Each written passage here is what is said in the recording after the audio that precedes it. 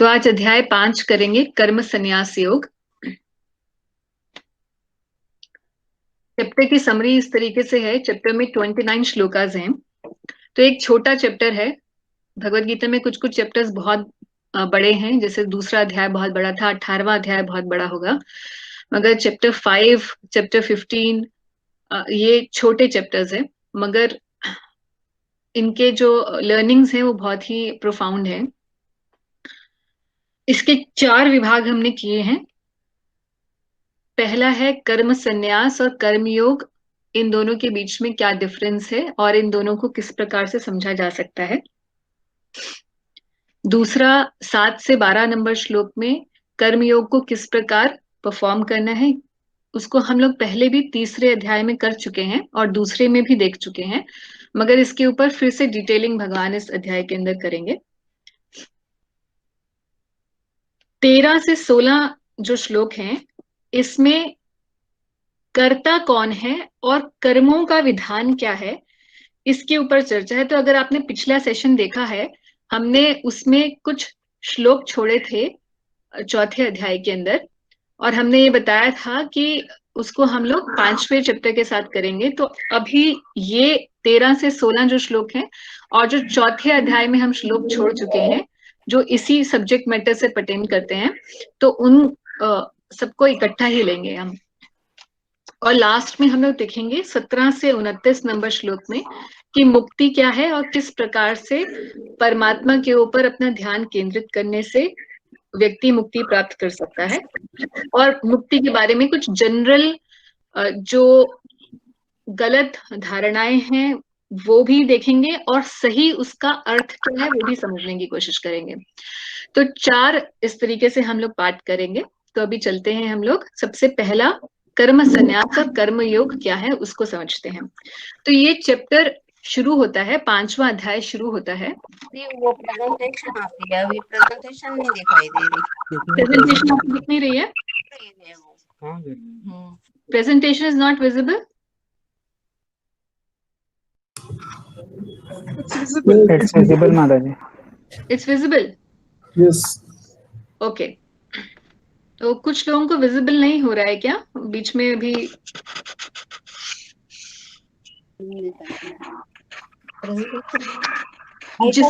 जिसको विजिबल नहीं हो रहा, I think largely it is visible to everybody. अगर आपको विजिबल नहीं है, एक बार लॉग आउट करके दोबारा से लॉग इन करिए मीटिंग में।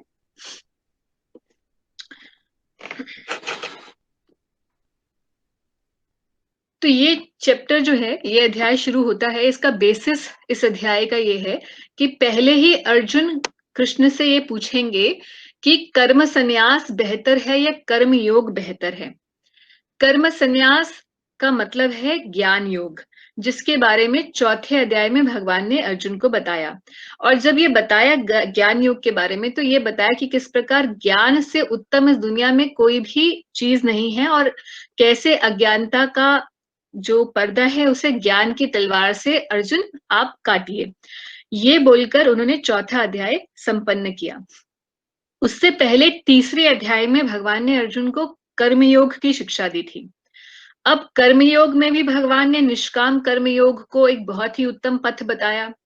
अब दोनों ही उत्तम पथ है, एक कर्मयोग का पथ, एक कर्म संन्यास यानी कि ज्ञान योग का पथ। एक पथ ऐसा है जिसमें व्यक्ति को कर्म करते हुए भगवान की प्राप्ति होती है, और दूसरा पथ बताया जिसमें दुनिया में कर्म जो है उसको त्याग कर भगवान की प्राप्ति होती है। और दोनों ही पथों की बहुत महिमा भी भगवान ने बता दी। अब तीसरा भी अध्याय सुन चुके हैं अर्जुन और चौथा अध्याय भी सुन चुके हैं। अब फिर से अर्जुन के मन में वही प्रश्न है जो उनके मन में था तीसरा अध्याय सुनने से बिल्कुल पहले, और वो प्रश्न यही है कि क्या मैं युद्ध करूं, यानी कि अपने कर्म को संपन्न करूं, या मैं संन्यास ले लूं, इस दुनिया का त्याग कर दूं, क्योंकि मुझे युद्ध करने से तो बहुत घोर परिणाम दिखाई दे रहे हैं और मुझे लगता है कि ये शांति का पथ नहीं है और इससे मुझे बहुत ही पाप लगेगा। तो इसलिए घोर कर्म मैं नहीं करना चाहता, तो त्याग का पथ अपना लूं। तो प्रश्न फिर से अर्जुन के पास वही आ गया है, सेम क्वेश्चन अगेन ही इज आस्किंग। सो हमने पहले भी बताया था कि ये प्रश्न बहुत ही इंपॉर्टेंट प्रश्न है और ये अंडरलाइन क्वेश्चन है which leads to various philosophical discussions in the Bhagavad Gita. ये क्वेश्चन तीसरे अध्याय के पहले दूसरे श्लोक में भी पूछा गया है, 5वें अध्याय की शुरुआत में भी यही प्रश्न पूछा गया है और यही प्रश्न 18वें अध्याय की शुरुआत में भी पूछा जाएगा जब भगवद गीता खत्म होने लगेगी। But again and again Krishna takes the same question and elaborates in various different ways, adding upon the previous understanding. एक बार हम लोग भगवद गीता में देखते हैं,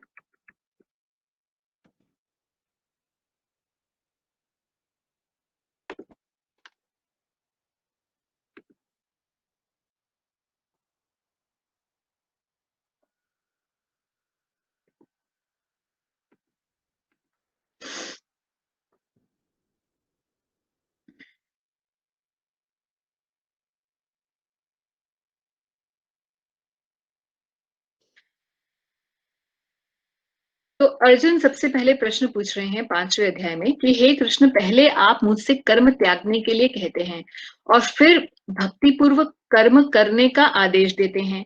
क्या आप अब कृपा करके निश्चित रूप से मुझे बताएंगे कि इन दोनों में से कौन अधिक लाभप्रद है? तो आप जानते हैं कि यही प्रश्न जब पहले भी पूछा गया था तो अर्जुन को भगवान ने क्या उत्तर दिया था कि दोनों ही पथ अच्छे हैं, मगर दोनों में से कर्म का पथ ज्यादा श्रेष्ठ है। और वही आंसर अभी भी आएगा। तो दूसरे श्लोक में भगवान कह रहे हैं कि श्री भगवान ने उत्तर दिया, मुक्ति के लिए तो कर्म का परित्याग तथा भक्तिमय कर्म यानी कि कर्मयोग दोनों ही उत्तम है, किंतु उन दोनों में से कर्म के परित्याग से भक्ति युक्त कर्म श्रेष्ठ है। अब कोई प्रश्न पूछ सकता है, वाई, क्यों ऐसा है कि भक्ति युक्त कर्म श्रेष्ठ है, जबकि इस दुनिया में हम देखते हैं जब कोई सन्यासी होता है या कोई विरक्त व्यक्ति होता है तो समझा जाता है कि बहुत उन्नत है, क्योंकि बाकी लोग तो अपने कर्मों के चक्कर में फंसे हुए हैं, दिन दुनिया के काम कर रहे हैं, अपनी फैमिली को पाल रहे हैं, काम धंधा कर रहे हैं, मगर जो लोग त्याग करके चले जाते हैं इस दुनिया का तो लोग उन्हें बहुत पूजते हैं, बहुत उच्च समझते हैं। फिर भी भगवान यहाँ उन दोनों को इक्वल कैसे कह रहे हैं? इक्वल में भी बोल रहे हैं कि जो भक्ति युक्त कर्म कर रहा है वो ज्यादा बेटर है, पर जनरल अंडरस्टैंडिंग तो दुनिया की ऐसी नहीं है। तो इस वजह से है क्योंकि भक्ति का जो पथ है वो ज्यादा प्रैक्टिकल है, या कर्मयोग भक्तिमय जो कर्म है, कर्मयोग जो है वो ज्यादा प्रैक्टिकल है। क्यों प्रैक्टिकल है? क्योंकि ये अप्रोचेबल ज्यादा है। दुनिया में 99.9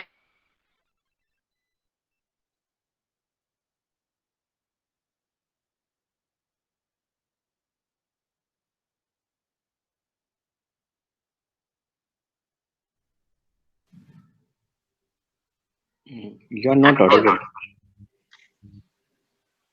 Not audible? Now I can hear you. Okay.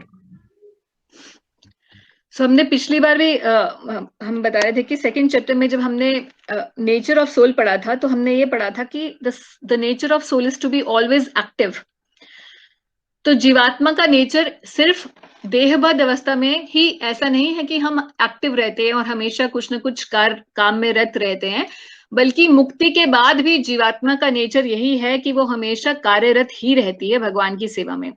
इसलिए the innate quality of soul is to be active, and that is why to engage in some activity is more practical than not doing any activity.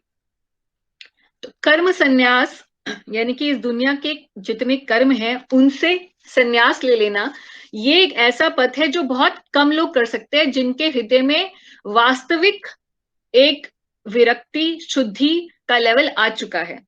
मगर जब तक कोई व्यक्ति उस level पे नहीं पहुंचा है तब तक उसके लिए प्रैक्टिकल यही है कि वो जो भी काम कर रहा है उसे वो भगवान से जोड़कर करे। कई बार लोग ये फिर से यही मिस्टेक करते हैं कि कर्म योग को ये समझते हैं कि जो मैं कर रहा हूं बस अपना पढ़ाई कर रहा हूं तो पढ़ाई करना, अगर कोई लेडी है तो वो सोचती है मैं अपने घर में अपने बच्चों का और अपने पति की सेवा करना यही कर्म योग है, या कोई व्यक्ति ये सोचे मैं अपनी ऑफिस या जॉब कर रहा हूं वही कर्म योग है। तो ऐसा नहीं है। कर्म योग का मतलब ये है कि कर्म जो आप कर रहे हैं उसे भगवान की प्रसन्नता के लिए करें और एक विरक्ति पूर्ण हृदय से करें, उसको कर्मयोग कहा जाता है। कर्म तो कर्म है जो हम कर रहे हैं, तो उसमें योग कहाँ से हुआ? योग वो तभी बनता है जब उसे भगवान के साथ जोड़ दिया जाता है। कर्मों को भगवान के साथ जब जोड़ा जाता है तब उसे कर्मयोग कहा जाता है। कर्म को भगवान के साथ जोड़ने का अर्थ ये है कि अपने कर्म को निष्ठापूर्वक करना, ऐसा समझ के करना कि भगवान ने ही ये सेवा मुझे सेवा के स्वरूप में ये काम दिया है और इसके फल को भी मैं खुद नहीं भोगूंगा, भगवान कृष्ण को ही समर्पित इनके कर्मों के फल को मैं करूंगा। और एक विरक्ति पूर्वक हृदय से कर्म के फल की इच्छा ना करते हुए उस कर्म को करना, उसको कर्मयोग कहा जाता है। So there is a difference between karma and karmayoga in terms of the intention of the doer, not in terms of the activity. तो देखने में कर्म संन्यास लगता है बहुत ही विरक्ति का पथ है और बहुत ही ऊंचा पथ है, मगर कर्मयोग उतना ज्यादा विरक्ति का पथ नहीं लगता। हालांकि इन दोनों का गोल सेम है, इन दोनों का गोल ही भगवान श्री कृष्ण को प्राप्त करना है और इस दुनिया में जो जीवन मृत्यु का चक्र है उसको समाप्त करना है। तो देखते हैं भगवान इसमें क्या कहते हैं। एक बार श्रील प्रभुपाद के कुछ वचन पढ़ते हैं। 5.1 की पर्पज से हम लोग पढ़ रहे हैं। लोग इंद्र तृप्ति के पीछे मत हैं, वे यह नहीं जानते कि उनका क्लेशों से युक्त यह शरीर उनके विगत सकाम कर्मों का फल है। यद्यपि यह शरीर नाशवान है, किंतु यह नाना प्रकार के कष्ट देता रहता है। अतः इंद्र तृप्ति के लिए कर्म करना श्रेयस्कर नहीं है। जब तक मनुष्य अपने असली स्वरूप के विषय में जिज्ञासा नहीं करता, उसका जीवन व्यर्थ रहता है, और जब तक वह उसके अपने स्वरूप को नहीं जान लेता, तब तक उसे इंद्रिय तृप्ति के लिए सकाम कर्म करना पड़ता है, और जब तक वह इंद्रिय तृप्ति की इस चेतना में फंसा रहता है, तब तक उसका देहांतरण होता ही रहता है। भले ही उसका मन सकाम कर्मों में व्यस्त रहे और अज्ञान द्वारा प्रभावित हो, किंतु उसे वासुदेव की भक्ति के प्रति प्रेम उत्पन्न करना चाहिए। केवल तभी वह भव बंधन से छूटने का अवसर प्राप्त कर सकता है। तो कई बार लोग ऐसे पूछते हैं कि जब हमारे हृदय में विरक्ति आएगी तभी हम मंदिर जाएंगे, तभी हम माला जप करना शुरू करेंगे, भगवान का नाम लेना शुरू करेंगे, जब हृदय में वास्तविक परिवर्तन होगा। तो यहाँ बताया जा रहा है कि किस प्रकार से ऐसा समय का वेट नहीं करना है कि जब हम एक समय कोई आएगा जब हम दुनिया से विरक्त हो जाएंगे। कोई भी व्यक्ति क्या हुआ? मृत्यु पर्यंत भी मैं काट लूंगी, आप क्यों काट रहे हो? क्या? प्लीज आपका ये प्लीज म्यूट कर दीजिए, किसी का साउंड आ रहा है पीछे से। तो मृत्यु पर्यंत भी जो व्यक्ति है वो अपनी इंद्रिय तृप्ति की भावना से छूटता नहीं है। इसलिए कोई ऐसा समय नहीं आने वाला, उसके लिए अभी से प्रयास करना होता है। और जब तक कोई व्यक्ति प्रयास नहीं करता उस स्तर पर पहुंचने के लिए, तो वो स्तर अपने आप नहीं आता है, अपने आप से विरक्ति दुनिया से नहीं आती है। तो इसीलिए यहाँ बता रहे हैं प्रभुपाद जी कि भले ही उसका मन सकाम कर्मों में व्यस्त रहे, जैसे कि हम में से अधिकतर लोगों का है ही, और अज्ञान द्वारा प्रभावित हो, पर फिर भी उसे वासुदेव की भक्ति के प्रति प्रेम उत्पन्न करना चाहिए। तो आगे बता रहे हैं कि अतः यह ज्ञान कि हम आत्मा हैं, शरीर नहीं, मुक्ति के लिए पर्याप्त नहीं। हम लोग ये तो जानते ही हैं इस दुनिया में, स्पेसिफिकली हिंदू लोग तो ये जानते हैं कि हम शरीर नहीं है, हम आत्मा है। ये एक कॉन्सेप्ट तो हमें बचपन से बताया ही हुआ होता है, मगर इस कॉन्सेप्ट के ऊपर हमें अपने आप को जीवन भी जीना है। और अगर हम इस कॉन्सेप्ट के ऊपर बिल्डअप नहीं करते अपनी स्पिरिचुअल प्रैक्टिस, तो सिर्फ ये कॉन्सेप्ट हमें मुक्ति प्राप्त नहीं करवा पाता। जीवात्मा के स्तर पर मनुष्य को कर्म करना होगा, अन्यथा भवबंधन से उबरने का कोई अन्य उपाय नहीं है। तो जीवात्मा के स्तर पर क्या व्यक्ति को काम करना होता है? जीवात्मा के स्तर पर काम होता है भक्ति। तो हम ये जानते हैं कि कर्म तो हमारी देह से हम करते हैं। इस दुनिया में जो भी काम है, हमारे नियत कर्म है, वो हमारे कर्म हमें शरीर के कर्म है, शरीर का धर्म है। जैसे कोई स्त्री है, स्त्री के शरीर में है तो उसका धर्म है कि अपने घर वालों की सबकी सेवा करना। कोई पुरुष के शरीर में है तो उसे अपने कमाई करना है और घर का भरण पोषण करना है। तो ये तो हमारे शरीर का धर्म है। मगर जीवात्मा का धर्म क्या है? जो अंदर वास्तविक हम हैं, इस बॉडी के अंदर हम जो हैं, उसका कर्म क्या है? उसका काम है भक्ति करना भगवान की, जो कि स्टार्ट होती है बाय हियरिंग एंड चैंटिंग, भगवान के बारे में सुनना और भगवान के नाम को जप करना। बाय हियरिंग एंड चैंटिंग, श्रवण और कीर्तन करना, ये जीवात्मा का सबसे पहला कर्तव्य है। ये बताते हैं प्रभुपाद जी कि किस प्रकार से संन्यास क्या होता है। संन्यास शब्द का मतलब है, दो शब्दों से बना हुआ है, सत प्लस न्यास।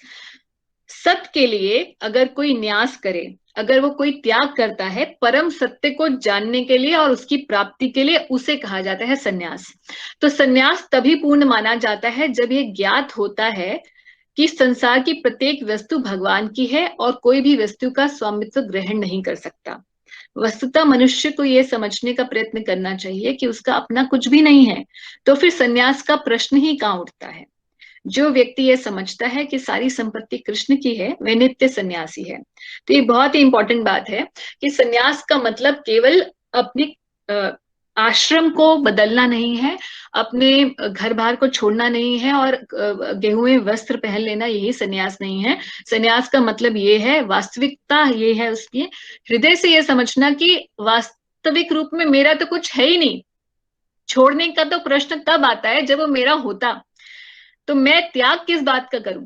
इस दुनिया में जो भी चीज है, including my own self, it belongs to Krishna. ये सब भगवान की संपत्ति है। तो जब कुछ भगवान की संपत्ति है, सब कुछ, मेरा देह तक भी भगवान की ही संपत्ति है, तो फिर किस बात का त्याग किया जाना है? तो त्याग का तो प्रश्न ही नहीं है। तो त्याग तो सिर्फ इस भावना का करना है कि ये सब कुछ जो मैं देख रहा हूं, मेरा घर बार मेरा है, पति पत्नी बच्चे मेरे हैं, इतना पैसा मेरा है, इस भावना का त्याग करना ही वास्तविक रूप में संन्यास है। और इसीलिए भगवान कह रहे हैं कि कर्म करते हुए कोई इस दुनिया में रहे, चाहे कोई इस दुनिया को त्याग दे, दोनों ही बराबर हैं अगर हृदय में व्यक्ति के संन्यास आ चुका है। हृदय में अगर वो डिटैच्ड हो चुका है इस दुनिया से, तो वास्तविक रूप में समझना चाहिए कि व्यक्ति सन्यासी है, चाहे वो किसी भी आश्रम में, गृहस्थाश्रम में हो या संन्यास आश्रम में स्थित हो। इसलिए कर्मयोग और कर्म संन्यास दोनों ही मुक्ति के लिए ठीक है, अगर उनमें ये क्वालिटी एक इंपॉर्टेंट फैक्टर है कि उसके हृदय के अंदर ये भावना है कि कृष्ण को पाना ही मेरे जीवन का लक्ष्य है। आगे भगवान कहते हैं अज्ञानी ही कर्मयोग को भौतिक जगत के विश्लेषणात्मक अध्ययन यानी कि सांख्य, ये जो सांख्य है ये कर्म संन्यास, तो सांख्य बोले या कर्म संन्यास बोले या ज्ञान योग बोले, एक ही बात है, से भिन्न कहते हैं। जो वस्तुतः ज्ञानी हैं वे कहते हैं कि जो इनमें से किसी एक मार्ग का भी भली भांति अनुसरण करता है, वे दोनों के फल को प्राप्त कर लेता है। तो यहाँ भगवान इक्वेट कर रहे हैं कि सांख्य योग यानी कि कर्म संन्यास इज एक्चुअली इक्वल टू कर्म योग। तो अज्ञानी व्यक्ति ही इन दोनों को भिन्न कहते हैं। ये अलग अलग पथ दिखने में हैं, मगर वे दोनों सेम इसलिए हैं क्योंकि दोनों का उद्देश्य विष्णु की प्राप्ति है, इसीलिए दोनों सेम ही हैं।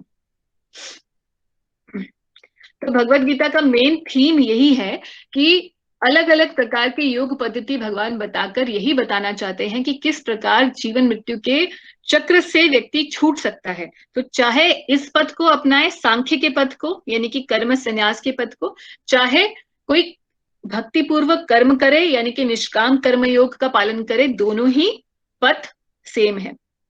बट कर्म योग is still better because it is easier, it's more practical. तो एक एग्जाम्पल आता है शास्त्रों के अंदर, ये एग्जाम्पल है अम्बरीश महाराज का। तो एक अम्बरीश महाराज पूरे संसार के राजा थे, पूरी पृथ्वी के राजा थे, और एक बार वो वन में थे, अपना एकादशी के व्रत का वो पालन कर रहे थे, और अगले दिन जब पारण का समय आया तो सामने दुर्वासा मुनि आए। तो दुर्वासा मुनि हमारे शास्त्रों में बहुत ज्यादा प्रचलित एक बड़े प्रसिद्ध व्यक्ति हैं। He is a very famous character because he gets angry very easily and he is very Tyagi person. तो दुर्वासा जी उनके घर पर आए, उनके जहां वो रह रहे थे उनके निवास स्थान पर, और बोले कि मैं यहाँ पर अब प्रसाद पाऊंगा, राजा आप सब कुछ तैयारी करिए और मुझे भी व्रत का पारण करना है और मैं यमुना जी में स्नान करके आता हूँ। तो अम्बरीश महाराज के जो व्रत का समय, पारण का एक समय होता है, उसी में पारण करना होता है एकादशी के व्रत का।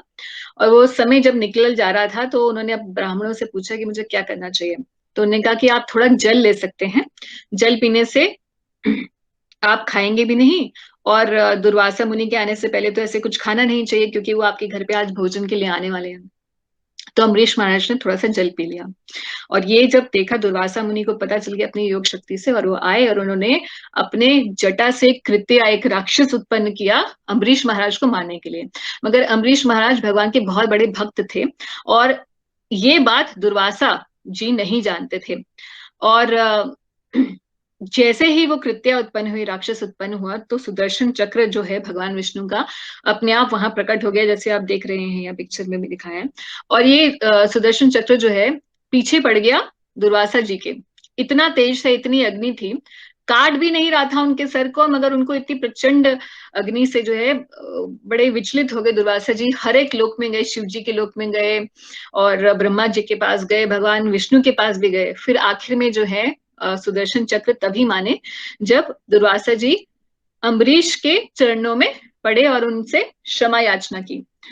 तो हालांकि इस कथा का और भी अलग विश्लेषण है, मगर एक जो लर्निंग है वो एक ये बड़ी इंपॉर्टेंट लर्निंग है कि कई बार दिखने में विरक्ति का पथ सबसे श्रेष्ठ लगता है, मगर कोई राजा हो चाहे किसी भी सिचुएशन में क्यों ना हो, वो किसी विरक्त व्यक्ति से भी उच्च पद पर हो सकता है अगर वो त्याग अपने एक्शंस में ना लेकर आए, बल्कि अपने मन में उस त्याग की भावना को धारण कर ले। तो यहाँ पर पार्ट 1 हमारा कंप्लीट होता है, क्योंकि हम ऑलरेडी भी निष्काम कर्म योग के बारे में सेकंड में एंड थर्ड चैप्टर में बहुत चर्चा कर चुके हैं। So we will not discuss it any further. Part 2 पे चलते हैं, हाउ टू परफॉर्म कर्मयोग। ये भी सेम ही इंस्ट्रक्शन है जो हम पहले डिस्कस भी कर चुके हैं कि कर्मयोग या निष्काम कर्मयोग को करने का तरीका यही है कि हृदय से कर्म के फल को भोगने की इच्छा को निकाल देना चाहिए। और क्योंकि कर्म नहीं बांधते व्यक्ति को, कर्म के फल को भोगने की इच्छा इस दुनिया में हमें बांधती है, इसलिए जब हमारा मोटिवेशन एंजॉयिंग प्रोपेंसिटी नहीं होगा, जब हम डिटैच्ड वे में काम करेंगे और भगवान को ऑफर करके उस रिजल्ट को, उस कर्म के फल को भगवान को ऑफर करके हम लोग चलेंगे, तो कर्म बंधन नहीं लगेगा। तो भगवान एक इसी बात को एक एग्जाम्पल से बताते हैं।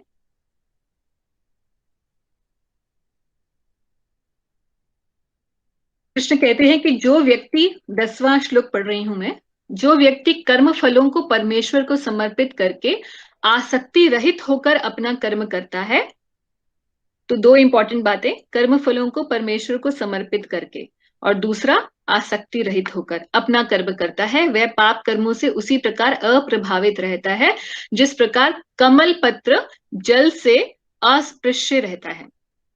तो यहाँ भगवान एग्जाम्पल दे रहे हैं कमल का, कि किस प्रकार से पानी में रहते हुए भी कमल ऊपर रहता है, उसी प्रकार से व्यक्ति इस भौतिक भवबंधन वाले महासागर इस से भी उसी प्रकार अस्पृश्य रहता है अगर वो कर्म फलों को परमेश्वर को समर्पित करता है और आसक्ति से रहित होकर अपना कर्म करता है। अब कोई व्यक्ति पूछ सकता है कि अगर आसक्ति से रहित होकर करना है और मुझे कर्म के फलों को भोगना भी नहीं है, तो फिर मैं काम ही क्यों करूं? What is the motivation to work? तो मोटिवेशन भगवान फिर से वही बात बता रहे हैं अगले श्लोक में कि योगी जन आसक्ति रहित होकर शरीर, मन, बुद्धि और इंद्रियों के द्वारा भी केवल शुद्धि के लिए कर्म करते हैं, ताकि हम इस दुनिया में रहते हुए, दुनिया के काम करते हुए भी अपने आप को शुद्ध कर सके, मुक्ति की प्राप्ति पर लेकर जा सके। उसी के लिए ही हमें कर्म करना चाहिए। और ऐसा करने से मिलेगा क्या? अगले श्लोक में बताते हैं कि निश्चल भक्त शुद्ध शांति प्राप्त करता है, क्योंकि वह समस्त कर्मफल मुझे अर्पित कर देता है। किंतु जो व्यक्ति भगवान से युक्त नहीं है और जो अपने श्रम का फल कामी है, वह बंध जाता है। तो वही बात, मोटिवेशन की बात को ही भगवान बार बार जो है अलग अलग तरीकों से बता रहे हैं। तो अब चलते हैं पार्ट 3 पर। अब ये पार्ट 3 कैसे शुरू होता है, इसकी भूमिका यही है कि जब अगले श्लोक 13वें में हम पढ़ते हैं कि जब देहधारी जीवात्मा अपनी प्रकृति को वश में कर लेता है और मन से समस्त कर्मों का परित्याग कर देता है, तब वह 9 द्वारों वाले नगर यानी कि इस भौतिक शरीर में बिना कुछ किए भी सुखपूर्वक रहता है। अब जो है यहाँ भगवान बता रहे हैं कि किस प्रकार से ऐसा व्यक्ति जो कि भक्ति पूर्वक कर्म करता है, वो अपने देह में इसलिए खुश रहता है क्योंकि वो अपने आप को देही समझता है, देह नहीं समझता। बहुत फर्क है, अपने आप को देही समझता है यानी कि मैं देह के अंदर हूं मगर मैं देह नहीं हूं।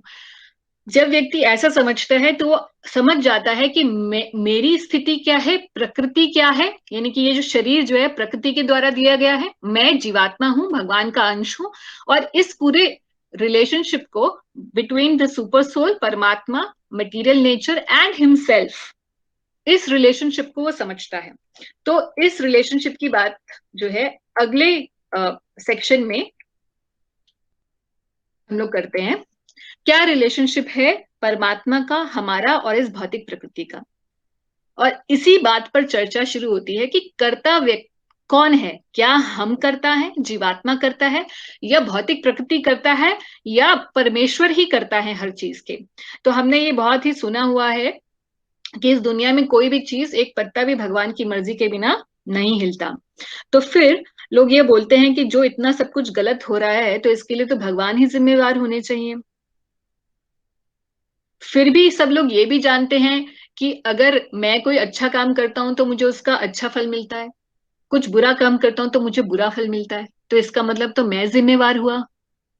और भगवत गीता में ऐसे भी श्लोक आते हैं जिसमें भगवान बताते हैं कि जीवात्मा तो वास्तविक में आध्यात्मिक है, भगवान का अंश है, और क्योंकि वो भगवान का अंश है, सच्चिदानंद स्वरूप है, तो फिर इस दुनिया के गलत काम में वो प्रविष्ट तो हो नहीं सकता। तो इसका मतलब सब कुछ जो हो रहा है वो प्रकृति के द्वारा ही हो रहा है। तो ये चर्चा जो है बड़ी कंफ्यूजिंग है। Who is actually the karta? Is it the atma, और is it the material nature, और is it God himself who is the doer of every action? और ये चर्चा इसलिए भी इंपॉर्टेंट है क्योंकि जो करता है, जो डूअर है, उसी को ही रिजल्ट भी मिलेगा। जिसने काम किया रिजल्ट भी उसी के पास जाएगा, कर्म फल भी उसे को ही भोगना पड़ेगा। तो अब देखते हैं कि वास्तविक में कर्ता कौन है और कर्मों का विधान क्या है। तो ये श्लोक 514 एंड 515 स्क्रीन पर हैं। इसको हम लोग एक बार पहले भगवद गीता से देखते हैं।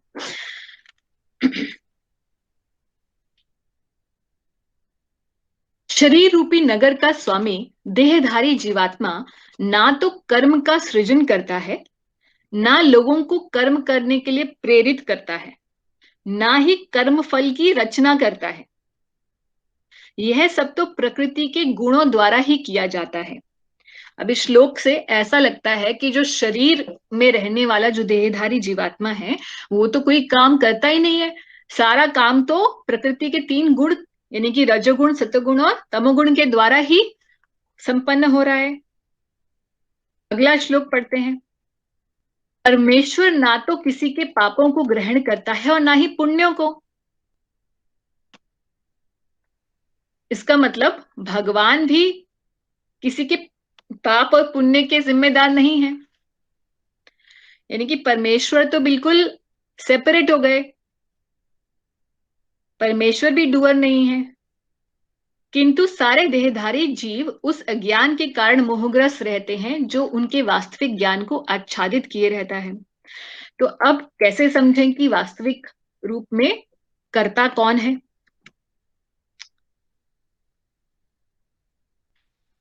तो साइकिल ऑफ कर्म को थोड़ा सा समझते हैं अब। जब जीवात्मा, जो कि सच्चिदानंद स्वरूप है और भगवान का अंश है, भगवान का दास है, जब ये जीवात्मा देहबद्ध हो जाती है और अपने आप को देह ही समझने लग जाती है, यानी कि जो हम लोगों की कंडीशन है, हम अपने आप को ये देह ही समझते हैं। अगर हम मुझसे कोई पूछे आप कौन है, तो मैं बोलूंगी मैं एक स्त्री हूं, मैं अमृता हूं, और मैं इधर फलानी जगह पे रहती हूं, और मैं ये काम करती हूं, मेरे इतने बच्चे हैं, और मैं ऐसी फैमिली से, पंजाबी फैमिली से बिलोंग करती हूं। तो क्या इसका मतलब, हूं तो मैं जीवात्मा जिसका इस देह से कोई लेना देना नहीं है, मगर अपने आप को इस देह को ही समझ बैठी हूं।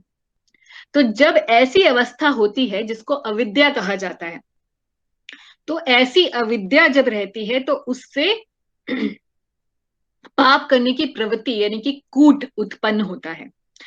कूट से बीज यानी कि मटेरियल डिजायर, भौतिक दुनिया में काम करने की इच्छा अब हमारे मन में आ जाती है, जिसे बीज कहा जाता है, बीज स्वरूप में आती है। Thinking, feeling and willing to do a particular act that comes in our mind. और जब हमारे मन से हम सोचने लगते हैं किसी काम को करने के लिए, तो उसके बाद उस काम को हम एक्चुअल एक्टिविटी को परफॉर्म करते हैं, यानी कि पाप या पुण्य जो भी कर्म है उसको संपन्न करता है व्यक्ति। और जब वो काम हो जाता है तो उसके बाद उसके दो फलस्वरूप बनते हैं, पहला प्रारब्ध और दूसरा अप्रारब्ध। प्रारब्ध का मतलब है वो कर्मफल जो कि ऑलरेडी फलित हो चुके हैं, हमारे सामने ही है। जैसे कि हमारी ये देह हमें मिली है हमारे पिछले जन्मों के फल स्वरूप, तो ये बिल्कुल विदित है, हमारा शरीर जो है वो प्रारब्ध है। अप्रारब्ध वो कर्म फल हैं पिछले जन्मों के किए हुए, जिनका फल अभी तक नहीं मिला है, और जरूरी नहीं है कि इसी जन्म में मिल जाएगा। और जब किसी कर्म के बाद प्रारब्ध और अप्रारब्ध उत्पन्न होते हैं, तो साथ ही साथ एक और कूट भी आ जाता है फिर से उसी काम को करने का।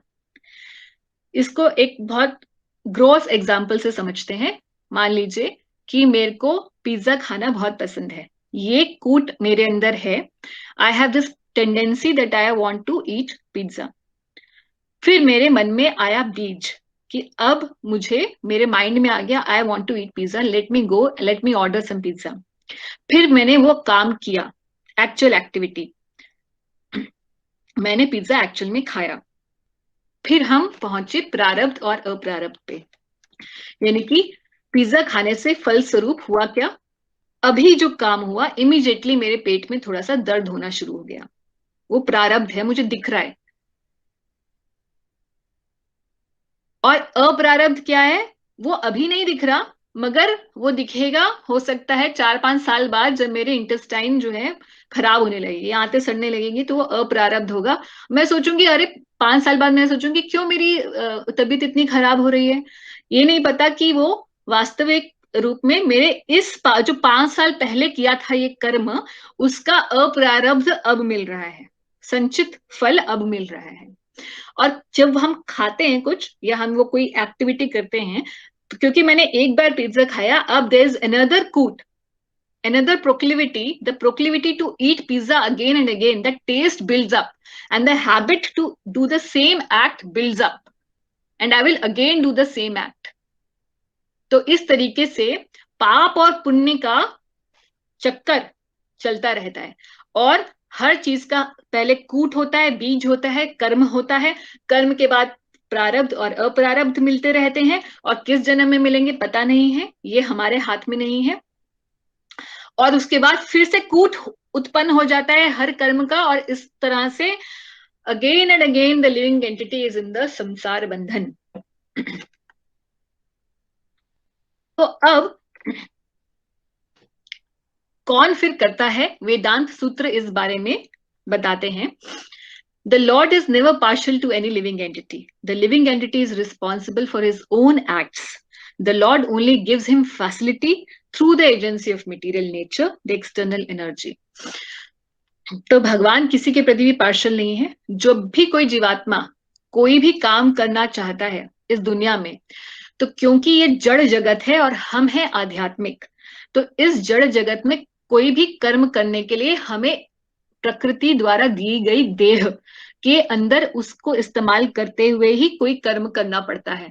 इसीलिए जब भगवत गीता कहती है कि कोई भी कर्म भौतिक प्रकृति द्वारा ही संपन्न होता है, इसका मतलब यह है कि हमारी इंद्रियां जो कि या और शरीर जो भौतिक प्रकृति द्वारा हमें मिले हुए हैं, उसी के द्वारा ही ये कर्म संपन्न होता है। और जीवात्मा तो वास्तविक रूप में उस कर्म को नहीं करता, भौतिक प्रकृति द्वारा देह जो दी गई है वही उस काम को संपन्न करती है। मगर क्योंकि इंटेंशन जो डिजायर है उस काम को करने की वो जीवात्मा की होती है, और दूसरी बात क्योंकि जीवात्मा अपने आप को देह समझ बैठा है, देह से भिन्न नहीं समझता, इसीलिए उसके कर्मों को करने के बाद वो उसमें उस कर्म फल से लिप्त हो जाता है और कर्म बंधन में बंध जाता है। तो इसमें भगवान का रोल यही है कि जब भी कोई जीवात्मा कोई भी कर्म करना चाहता है, बिना भगवान की सैंक्शन के इस दुनिया में कोई भी कर्म नहीं होता, ये वास्तविकता है। मगर भगवान हमारी जो माइन्यूट फ्री विल है उसके अंदर इंटरफेयर नहीं करते। He lets us do what we want to do, but at the same time he educates us while sitting in our heart and also through the devotees, also through the scriptures. शास्त्रों भक्तों के द्वारा हमें बताते रहते हैं क्या करना चाहिए क्या नहीं करना चाहिए, और साथ ही साथ मन में भी जब हम कोई भी गलत काम करने लगते हैं, हृदय में हमेशा खटक आती है कि हमें ये नहीं करना। हम उसे सुने या नहीं सुने, उसे हम अनदेखा कर दें, वो बात अलग है, मगर हर किसी व्यक्ति के हृदय में ये बात जरूर आती है। तो हम जान सकते हैं कि कैसे परमात्मा हमें अंदर निर्देश देते ही रहते हैं। और क्योंकि ये सब कुछ इस प्रकार से चक्र है इस भौतिक जगत का कि भगवान हमारी जो इंडिपेंडेंस है उसमें हस्तक्षेप नहीं करते, इसीलिए the Lord is not responsible. एक एग्जाम्पल से और अच्छे से क्लियर होगा। क्रिमिनल को जेल में भेज दिया, उसका इंसिडेंटल कॉज कौन हुआ? पुलिस, क्योंकि वो पकड़ के जेल में लेके गई। सैंक्शन किसने किया? जज ने सैंक्शन किया, जी हाँ इसे जेल ले जाइए, इसने गलत काम किया है। मगर इनिशिएटिंग कॉज कौन था? He was a criminal himself, and that is why he is suffering, he is gelled. उसी तरीके से जीवात्मा भी सफर करती है इस दुनिया के अंदर। तो मटेरियल नेचर यानी कि हमारी देह और हमारी इंद्रियां, ये तो एक इंसिडेंटल कॉज है। परमात्मा सेंशन करते हैं, he is a sanctioning cause, but actual initiating cause is the atma himself. And that is why जब भी इस दुनिया के अंदर हम देखते हैं कि गलत काम हो रहे हैं, भगवान कोई कुछ क्यों नहीं करते? इस दुनिया में तो भगवान के मर्जी के बिना पत्ता भी नहीं हिलता, तो फिर सुनामी कहां से आ गई, फिर कोरोना कहां से आ गया? तो हमें ये समझना चाहिए कि we are the initiating cause, and that is why we are suffering. Just like this, एक छोटा बच्चा लेटर पोस्ट करने की कोशिश कर रहा है, मगर वो खुद नहीं कर सकता। इस दुनिया में कोई भी काम कोई भी व्यक्ति खुद नहीं कर सकता। He needs help of the material nature and sanctioned by the Lord. So actually, it is only the small child who is posting the letter, no one else. ये लोग पूछते हैं कि अगर ये भी प्रश्न आता है जब हम कर्मों के विधान की चर्चा करते हैं कि देव बड़ा है कि कर्म बड़ा है। कोई लोग बोलते हैं कि देववाद का जो समर्थन करते हैं वो कहते हैं दुनिया में कुछ भी जो है अपनी किस्मत से बढ़कर किसी को कुछ नहीं मिलने वाला, इसलिए कितना भी काम करो कोई उसका कुछ वो नहीं है कि it doesn't makes any difference, जो किस्मत में है वही मिलेगा। जो कर्मों को ही कर्मवाद को ही बढ़ावा देते हैं वो कहते हैं कि भाई I am the designer of my own destiny, you can make your own destiny. जैसे रिलायंस जियो में वो कहते हैं ना, कर लो दुनिया मुट्ठी में ना, हम ही जो है सब कुछ कर सकते हैं, हमारे ही हाथ में है कि हम क्या बन सकते हैं और क्या नहीं बन सकते हम। तो ये दोनों ही ऑपोजिट मत हैं, मगर वैदिक शास्त्र बताते हैं ये दोनों को रिकंसाइल करके ही ये दुनिया चलती है। कैसे? दैव क्या है, ये डेस्टिनी जिसको हम कहते हैं, ये लक जिसको हम कहते हैं, वो क्या है? ये लक और कुछ नहीं है, हमारे पिछले जो किए हुए कर्म हैं उन्हीं का ही ये बैंक बैलेंस है। It is the cumulative karmas of our previous life which come in this life and in our next life, which we call as our luck or as our destiny. तो इस दुनिया में हमारी जो success और failure है वो वास्तविक रूप में दोनों चीजों पे फर्क डिपेंड करता है। क्या हम कर्म करते हैं और पहले हमने कर्म क्या किए हैं उसके फलस्वरूप हम किस फल के लायक हैं, ये दोनों चीजें साथ ही साथ चलती हैं। जब तक कोई व्यक्ति कर्म नहीं करता तब तक दैव भी उसका साथ नहीं दे सकता। क्यों? क्योंकि कर्म किए बिना दैव का जो फल मिलना है वो फलित ही नहीं होता। मान लीजिए कोई व्यक्ति है, एक किसान, जब तक वो बीज नहीं बोएगा और खेत को जोत नहीं देगा और उसके बाद he has to wait for the rain, उसका कर्म था कि वो खेत को तैयार कर दे। अब डेस्टिनी ये है कि किस प्रकार से कैसी बारिश होगी उस पर उसका फल निर्धारित है कि उसकी खेती अच्छी जाएगी कि नहीं जाएगी। मगर जब तक वो खेत को तैयार नहीं करता तब तक बारिश का भी कोई फायदा नहीं है। अगर उसने खेत तैयार नहीं किया और बारिश हो गई तो उस डेस्टिनी का कोई फायदा नहीं था।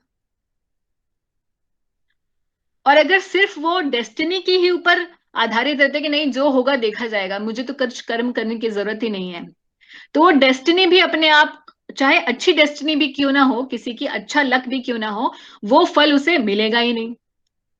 इसीलिए देव और कर्म दोनों को साथ साथ चलकर ही इस दुनिया में सक्सेस और फेलियर निर्धारित होती है। तो कर्म और देव और क्या काल है, यानी कि किस जन्म में किस समय पर हमें रिजल्ट मिलना है, ये निर्धारित करते हैं कि क्या कर्मफल आएगा। फिर फ्री विल कैसे वर्क करती है? क्या हमारी भी कोई फ्री विल है? कई बार इससे लास्ट या उससे लास्ट सेशन में किसी ने क्वेश्चन पूछा था कि कोई सुसाइड करता है तो क्या ये भी ऑलरेडी डिस्टाइंड है कि कोई व्यक्ति सुसाइड करेगा, ऐसे किसी ने प्रश्न पूछा था। तो हमारी सबकी एक फ्री विल है। Every jivatma has a free will to act the way he wants to do. कर्म करने से पहले हमारी चॉइस होती है कि हम क्या काम करेंगे, मगर कर्म करने के बाद उसके कर्म के फल को ही हम सब भोग सकते हैं। कर्म के फल पर हमारी कोई फ्री विल नहीं है कि क्या फल आएगा।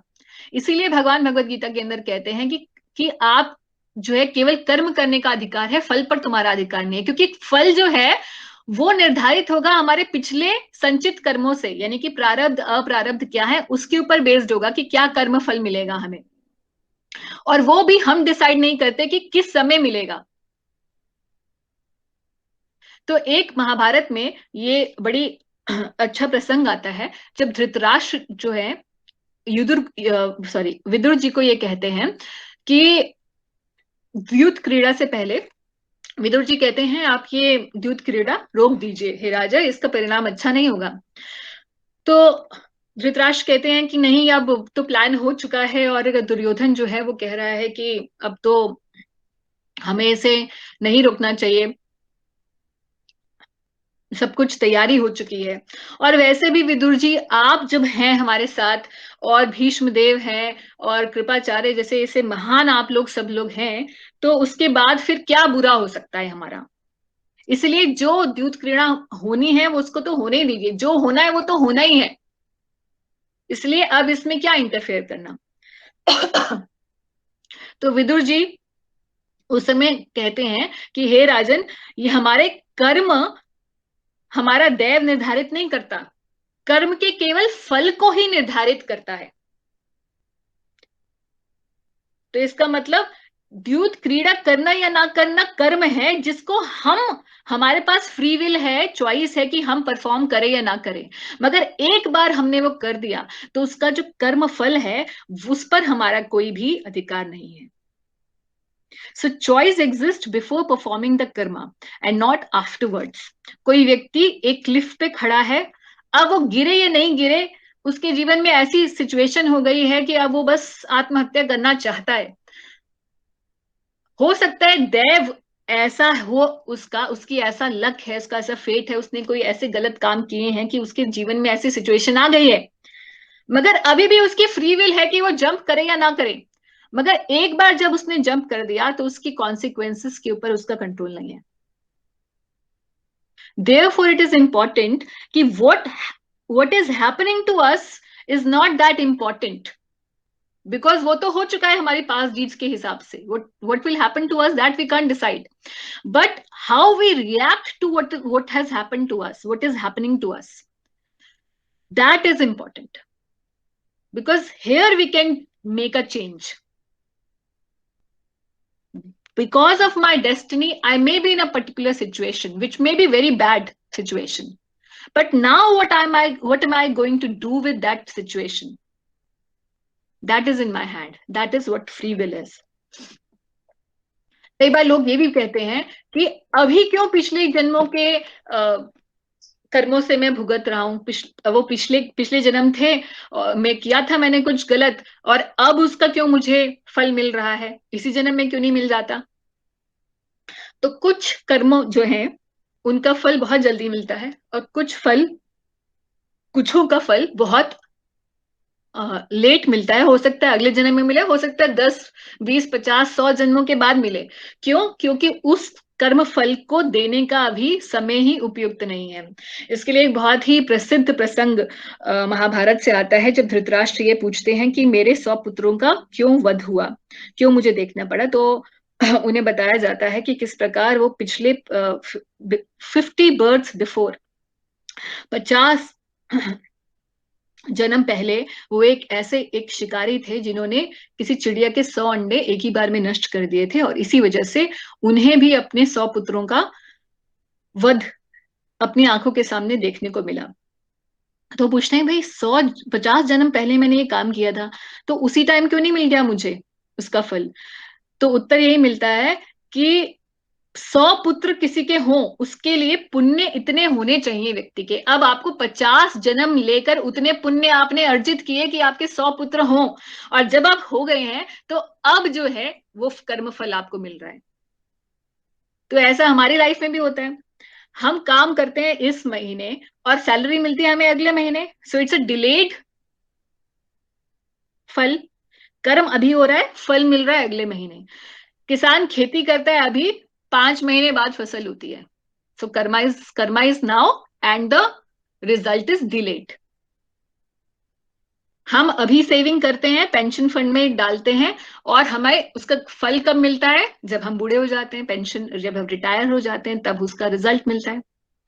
सो सिमिलरली जो वैदिक शास्त्र है वो हमें बताते हैं कि जिस तरीके से हमारी ये छोटी सी जिंदगी में हम लोग देखते हैं कि कर्म पहले किया, पढ़ाई की बचपन में, रिजल्ट मिल रहा है बाद में, जवान होने के बाद अब हमारी बड़ी अच्छी इनकम है, रिजल्ट मिल रहा है बाद में, 20 साल 30 साल के बाद मिल रहा है रिजल्ट।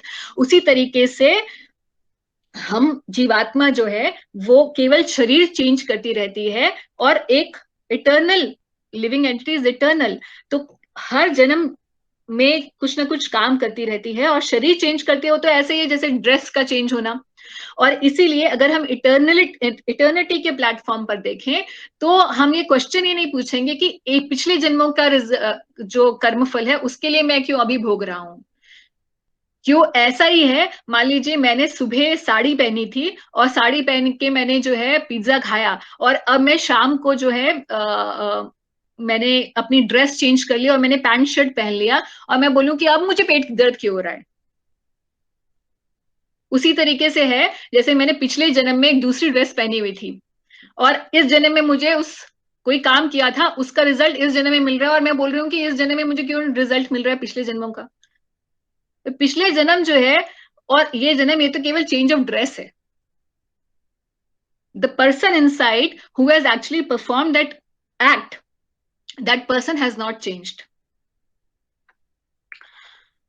इंडिविजुअल और कलेक्टिव कर्म क्या होते हैं?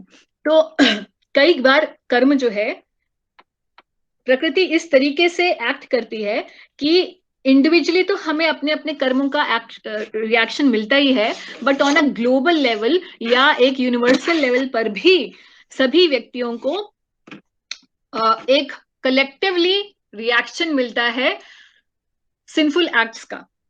पाप कर्मों का पृथ्वी पर जब बोझ बढ़ जाता है, और पाप कर्म भी कौन से? शास्त्र कहता है कि स्पेसिफिकली जब जीवों की हत्या होती है, जीव हत्या बहुत ज्यादा होती है, whether it is for meat eating और for any other personal self aggrandization of by the human being specifically, और उनमें भी जब गौ हत्या जब ज्यादा होने लग जाती है, तो पृथ्वी जो है वो इस प्रकार के कलेक्टिव एक्शंस लेके आते हैं, चाहे इन टर्म्स ऑफ कैटास्ट्रोफीज हो, चाहे इन टर्म्स ऑफ महामारी के रूप में आता है, कभी सुनामी के रूप में आता है, कभी भूकंप के रूप में आता है, या कभी हमें लगता है कि दो कंट्रीज के बीच में वॉर हो जाती है या वर्ल्ड वॉर हो जाती है। तो एक्चुअली दिखने में तो ये लगता है कि ये पॉलिटिकल रीजंस हैं या कोई नेचुरल रीजंस हैं, मगर वास्तविक रीजन शास्त्र बताता है इसका यही है कि जब एक ज्यादा ज्ञानी प्रकृति का, माँ प्रकृति का एक ज्यादा ज्ञानी बच्चा यानी कि मनुष्य, जब कम ज्ञानी बच्चे यानी कि बाकी पशु जो हैं, पशु समाज के ऊपर अत्याचार करने लग जाते हैं बहुत ज्यादा, तब जैसे माँ बाप जो होते हैं, एक बड़े बच्चा जिसको अपने छोटे भाई बहन का ध्यान रखना होता है, नहीं रखता है तो उसको एक स्लैप करते हैं, उसी तरीके से प्रकृति फिर मनुष्यों को स्लैप करती है, and then we call it catastrophes. इसको कहते हैं कलेक्टिव कर्म। कई बार लोग ये भी पूछते हैं कि लोग जो हैं, बुरे लोग तो फ्लरिश कर रहे हैं, और देखिए एक कुछ समय पहले हमसे कोई प्रश्न पूछ रहा था कि चाइना और अमेरिका देखिए कितना ये लोग नॉनवेज खाते हैं, but they are such flourishing countries, और अभी जो है हम इंडियंस जो है इतने पायस हैं, उसके बाद भी देखिए कितनी हमारे यहाँ भुखमरी है और कितने लोग गरीब हैं। तो यही प्रश्न जो है भगवत महाभारत के अंदर आता है। युधिष्ठिर महाराज जब वन में होते हैं तो ये पूछते हैं कि मैंने तो आज तक कोई गलत काम किया ही नहीं, और हम सब पांडव जो है धर्मपरायण हैं, और धर्मपरायण व्यक्तियों को साथ भी इस तरीके से होगा तो धर्म का आचरण कौन करेगा? तो मार्कंडेय जी उन्हें यही बताते हैं कि किस प्रकार से अभी आप वन में हैं और ऐसा लग रहा है कि आप दरिद्र स्थिति में हैं, मगर वास्तविक स्थिति ये है कि जो दुर्योधन और उसके बाकी भाई हैं, they are actually exhausting their pious deeds, and you, because you are living a austere life now, you are increasing your piety, and very soon you will take over the reign of the kingdom in your hands. तो जैसे एक कनस्तर है, ऊपर से रखते हैं अनाज तो निकलता नीचे से पुराने वाला है, उसी तरीके से ऐसा है कि दिखने में लगता है कि कोई व्यक्ति पाप कर्म करता चला जा रहा है, मगर फिर भी उसे अच्छा रिजल्ट कैसे मिल रहा है? तो हो सकता है इसी जन्म में, नहीं तो हो सकता है अगले जन्मों में उसे रिजल्ट मिलेगा। ये निश्चित है, कर्म का विधान ही यही है। मगर कई बार हमें अपनी आंखों से देखने में ऐसा लगता है कि जो गलत लोग हैं वो तो बहुत ऊंचे जा रहे हैं, और जो अच्छे लोग हैं they are not flourishing, but it is just a matter of time. एक बार ये भी प्रश्न आता है कि मैं तो नहीं जानता हूं जी मैंने क्या गलत काम किया, फिर भी मुझे पनिशमेंट मिल रही है इस दुनिया में, फिर भी मेरे साथ बुरा हो रहा है। अब मुझे थोड़ा पता है कि मेरे पिछले जन्मों में मैंने क्या गलत काम किया, और पनिशमेंट मुझे अब आप दे रहे हो, तो ये तो बड़ा अनफेयर है। तो ये समझना चाहिए कि जो कर्मों का पर्पस है, कर्मों का जो विधान है वो पनिशमेंट नहीं है. The reason for this law is reformation. जैसे कोई व्यक्ति को क्रिमिनल है, उसे इसलिए नहीं जेल में डाला जाता ताकि उसे पनिश किया जाए, उसे रिफॉर्म करने के लिए जेल में डाला जाता है. उसी तरीके से कर्म का जो विधान है वो ऐसा बनाया है भगवान ने कि जब हम कोई गलत काम करते हैं तो लौट के हमारे पास वही उसका फल आता है गलत रूप में, ताकि हमें समझ जाए कि हमें वो गलत काम नहीं करना चाहिए थे. और अच्छे काम करते हैं तो अच्छा रिजल्ट आता है, ताकि हमें समझ जाए कि हमें ऐसे ही अच्छे काम करने चाहिए. जैसे छोटा बच्चा होता है तो उसको सिखाया जाता है, बेटा अगर वो कुछ अच्छा काम करता है तो हम उसे अप्रिशिएट करते हैं कि वेरी गुड ऐसे करो. तो बच्चे को समझ आ जाता है कि हम अब मुझे यही करना है, मेरे से यही एक्सपेक्टेड है, मेरे लिए अच्छा है. और कोई गलत काम होता है तो फिर उसको मार भी पड़ती है, डांट भी पड़ती है. वो इसीलिए पड़ती है not for punishment but for reformation, so that he can understand this is not to be done. तो लोग ये कहते हैं I am not aware about the laws of karma. भाई मैं तो हिंदू नहीं हूं, या मैं कुछ आपके कर्मों के विधान या इस थ्योरी को तो मैं जानता ही नहीं हूं, फिर क्या फिर भी मेरे लिए एप्लीकेबल होगा? Yes it is applicable. दुनिया में हर धर्म के अंदर ये चर्चा जरूर है कि अच्छा काम करोगे तो अच्छा मिलेगा, बुरा काम करोगे तो बुरा मिलेगा. ये हर धर्म बताता है. और जो लोग धर्म को नहीं मानते वो भी ये समझते हैं कि अगर हम if we are good towards other people, the same thing is going to flow towards us. It's a normal law. It is nothing, it's a common sense law. प्रश्न ये भी आता है कि क्या भगवान भी कर्मों के विधान के नीचे हैं क्या? भगवान के ऊपर भी कर्मों का विधान लगता है? तो ये प्रश्न हमने पिछले चैप्टर में ले चुके हैं. हम 4:14 में भगवान बताते हैं कि इस दुनिया में कोई भी कर्म नहीं है जो मुझे बांध सकता है, और जो मेरे, और ये तो छोड़ दीजिए कि मुझे नहीं कोई बांध सकता. ना माम कर्माणि लिम्पन्ति ना मे कर्म फले स्पृहा. मुझे इस दुनिया में कोई भी कर्म नहीं बांध सकता. ये, और ये तो बात अलग है. और भी जान लो ये कि इति माम यो भी जानाति कर्म भीर्ना सब बध्यते. जो मेरे बारे में ये जानता है कि मैं किसी कर्म फल में नहीं बंध सकता, वो भी कर्म के बंधन से मुक्त हो जाता है. तो कहना ही क्या है? ऐसा व्यक्ति जो भगवान में ऐसी श्रद्धा रखता है और भगवान की स्थिति को समझता है कि कर्मों के विधान के विधाता ही वही हैं, ऐसा व्यक्ति भी कर्म के बंधनों से मुक्त हो जाता है. प्रश्न ये भी आता है कि क्या एस्ट्रोलॉजी से मैं अपनी डेस्टिनी चेंज कर सकता हूँ? भाई एस्ट्रोलॉजिकल रेमेडीज होती हैं, तो ज्योतिष के ज्ञान से हम लोग कर सकते हैं. तो वास्तविकता ये है कि definitely astrology can help us, मगर रिलीजन को हमें अपने बेनिफिट के लिए, अपने एंजॉयमेंट के लिए नहीं परफॉर्म करना चाहिए. धर्म कर्म को हमें इसलिए नहीं करना चाहिए कि अब हम उससे क्या ले सकते हैं. Rather we should use it as a reformation for our self. भगवान की प्राप्ति के लिए उसे यूज करना चाहिए, अपने आप को रिफॉर्म करने के लिए, अपने आप को कुसंगति में नहीं अच्छी संगति में डालने के लिए उसका यूज करना चाहिए. तो ज्योतिष जो है वास्तविक रूप में ये ज्ञान इसलिए ही दिया जाता है, और उसमें जो रेमेडीज बताई जाती है, उपाय जो होते हैं वो बताए जाते हैं, वो इसीलिए बताए जाते हैं ताकि व्यक्ति रिफॉर्म कर सके अपने आप को. जैसे कि किसी का गुरु खराब है मान लीजिए, तो उसको बताया जाता है कि आप ये, या कोई भी ग्रह खराब है तो उसे बताया जाता है आप ये पूजा करिए, ये अर्चना करिए, ये जप तप करिए, ताकि आपकी शुद्धिकरण हो सके, और उस शुद्धिकरण की वजह से फिर आपको अच्छा रिजल्ट मिलता है.